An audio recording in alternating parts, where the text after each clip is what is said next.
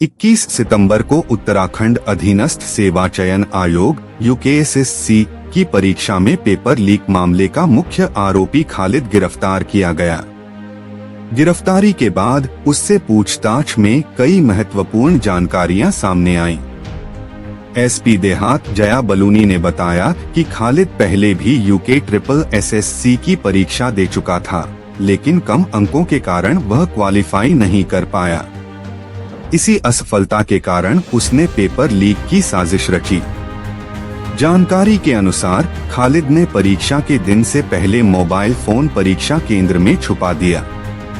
परीक्षा के दिन प्रवेश के समय उसने छुपाई हुई जगह से मोबाइल निकालकर प्रश्न पत्र की फोटो खींची और इसे आगे भेज दिया। SP ने बताया कि खालिद की गिरफ्तारी से पहले असिस्टेंट प्रोफेसर और खालिद की बहन सबिया को गिरफ्तार किया गया था। उनकी पूछताछ में मिली जानकारियों के आधार पर खालिद की गिरफ्तारी संभव हो पाई। पुलिस ने यह भी बताया कि खालिद का यह कृत्य पूरी तरह योजनाबद्ध था। जांच अब भी जारी है और मामले में शामिल अन्य लोगों की पहचान करने के प्रयास किए जा रहे हैं। उत्तराखंड अधीनस्थ सेवा चयन आयोग ने इस मामले को गंभीरता से लिया है और भविष्य में परीक्षा व्यवस्था और सुरक्षा को और अधिक सुदृढ़ करने का आश्वासन दिया है। इस घटना ने यह संदेश दिया कि परीक्षा प्रणाली में अनुशासन और ईमानदारी बनाए रखना आवश्यक है और किसी भी प्रकार के अनुचित प्रयास को सफल नहीं होने दिया जाएगा। और एक जो इनके साथ इसके साथ लड़की पहले काम करती थी जिसका नाम सुमन है, जो कि वर्तमान में टीवी में असिस्टेंट प्रोफेसर है। ये उसे 2018 से 21 के बीच में, क्योंकि वो ऋषिकेश नगर निगम में थी टैक्स इंस्पेक्टर और ये वहाँ पर PWD में संविदा में JE था, तो ये जानता था। वो इससे परिचित भी थी, इनकी अक्सर बात भी होती रहती थी और इसके बाद इसे लगा कि वो एग्ज़ाम क्लियर करती रहती है, पढ़ाई करती रहती है, तो वो इसकी हेल्प कर सकती है। तो एक दिन पहले ही उसने बात भी कर चुका था कि मेरी बहन का एग्ज़ाम है, तो इसने अपनी बहन को और सुमन को अपनी बहन का वो नंबर दिया था और ये कहा था कि जब ऐसी बात होगी तो उसे फॉरवर्ड कर देना। ये वॉशरूम में जाता है और जो इसका फ़ोन था मिनी वाला, वो ये बहुत ज़्यादा उसे यूज़ नहीं करता है। अपना जो इसका फ़ोन था खालिद का, वो इसने अपनी बहन साबिया को दिया हुआ था।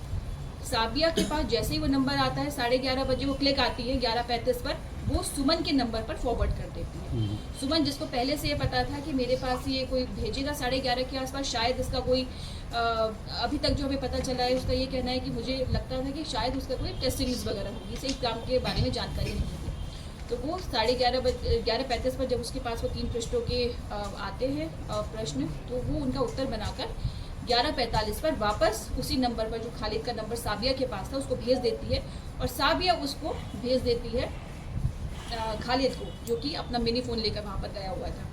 वो वॉशरूम से आके वापस बैठ जाता है, लेकिन जब उसे लगता है कि अब मुझे दोबारा से जाने की ज़रूरत है जिससे कि मैं आंसर्स देख सकूँ, तो वो इन्विजिलेटर से दोबारा से पूछता है मुझे वॉशरूम जाना है, तो वो उसे जाने से मना कर देते हैं कि 2 घंटे का पेपर है, तुम बार बार ऐसे मत जाओ। तो वो जा नहीं पाता और वो उन आंसर्स को देख नहीं पाता। उसके बाद फिर जब वो एग्ज़ाम दे के वापस आ जाता है, तो जब वो घर पहुंचता है लगभग 1:30-2 बजे, तो उसे लगभग 2 बजे के आसपास ये जानकारी मिलती है कि वो जो क्लिक है वो वायरल हो रहे हैं। और इसकी बहन भी इसे बताती है कि वो सोशल मीडिया पर वो जो फ़ोटो है जो मैंने सुमन को भेजे हैं वो इस पर दिख रहे हैं।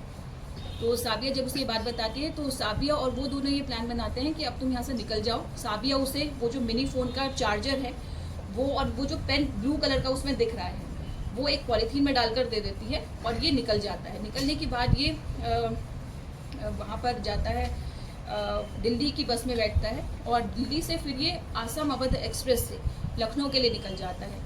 और वो जो फ़ोन साबिया के पास था खालिद का, वो भी वो ले लेता है। उसके पास 2 फ़ोन थे, जो कि उसने एग्जामिनेशन सेंटर से जिससे क्लिक ली है वो भी, और जो फ़ोन उसका साबिया के पास था वो भी, दोनों फ़ोन उसके पास होते हैं। उसके बाद फिर वो जब फ़ोन लेके जाता है दिल्ली, तो रास्ते में दिल्ली से जब वो अवध आसाम एक्सप्रेस में बैठा हुआ था, तो उसका ये कहना है कि उसने वो जो फ़ोन था जिससे उसने क्लिक ली थी, वो उसने वहाँ पे एक वॉशरूम के पास जो डस्टबिन थी उसमें डाल दिया था, जो मिनी फ़ोन था। और उसके बाद फिर उसे ये पता चलता है किसी तरह से कि अब उसके अरेस्टिंग के लिए दबिशें दी जा रही हैं, उसे ये जानकारी मिलती है।